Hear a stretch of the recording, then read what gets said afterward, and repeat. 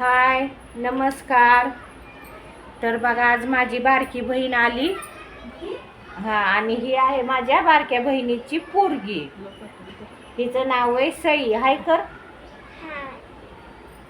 तर आज सई आमची बघा उन्हाळ्याच्या सुट्टीला आली, पण पावसाळा सुरू झाला त्यावेळेस आल्या त्या दोघी मायली की. तर हो का, इकडं बहीण बसली. हो का, ही बारकी बहीण आहे. मग आली आपली माहेरपणासाठी. हो का, मग 15 तारखेपासून शाळा चालू होणार आहे. मग म्हणलं तवर येऊन जा. उन्हाळ्याच्या सुट्टीत काय तिला यायला जमलं नाही. पोरावांची म्हणजे माझ्याच पोराचं लग्न होतं ना, त्याच्यामुळं काही टाईमच कुणाला मिळाला नाही. मग म्हणलं आता येऊन जा. मग ही सई पण आली बघा आता. बोल की सई. म्हणा हाय गाईज म्हण. हाय म्हण भावा बहिणींनो. भावा बहिणींनो म्हण. मामा मामींनो.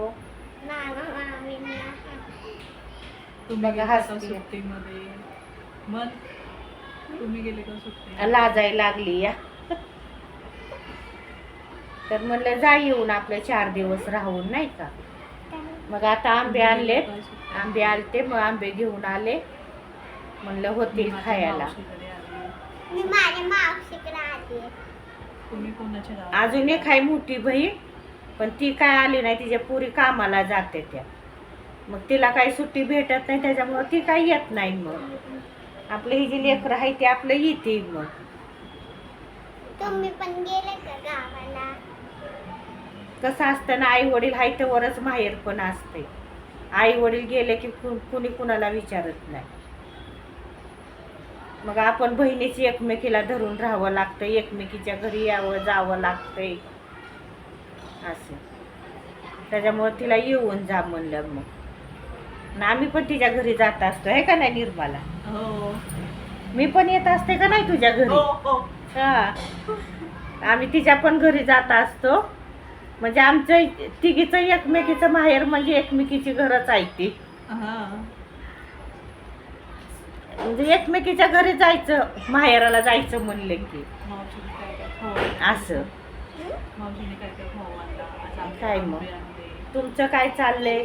झालं का चहा पाणी वगैरे? तसं काय असं नाही मुद्दा, म्हणजे आज काय नाहीये. आता आंबरस वगैरे नाही करायचं, पण आंबे आपल्या लेकरांना खायला घेतल्या. तो आज करायची आम्हाला पावभाजी. म्हणलं पावभाजी करावी त्यांच्यासाठी. आणि आता धोंड पण आले, तर जावयाला बोलवायचे धोंडे खायला. नंतर काय निघालंय अजून दुसरं काय काय काय काय चालू आहे. हे निघालं ते निघालं, ते पण करायचंय. आता बारकीला भाजी आणायला पाठवते, ती येईल भाजी घेऊन.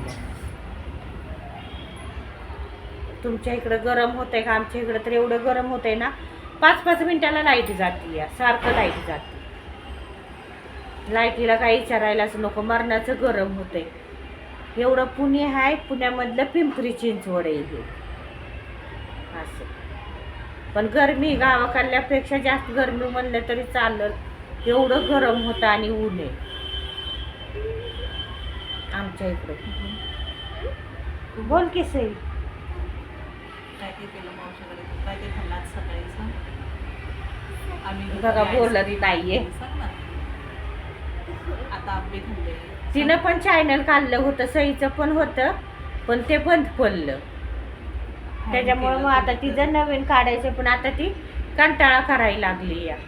कारण आता पहिलीला जाईल शाळेमध्ये, त्याच्यामुळे मग तिला काही टाईमच भेटायचा नाही काढायला. मग म्हणलं जाऊ द्या, आता लहान आहे तेवढं. आमच्या इथं कार्यालय आहे, तर एवढा आवाज येतो ना गाण्याचा, लय आवाज येतो, डोकं पाडून लागणार. यायला असेल बघा कॅमेऱ्यामध्ये पण तुम्हाला आवाज. तर चला, लय व्हिडिओ मोठा व्हायला लागला. आपला छोटाच बरा आहे. बाय. हां, बाय.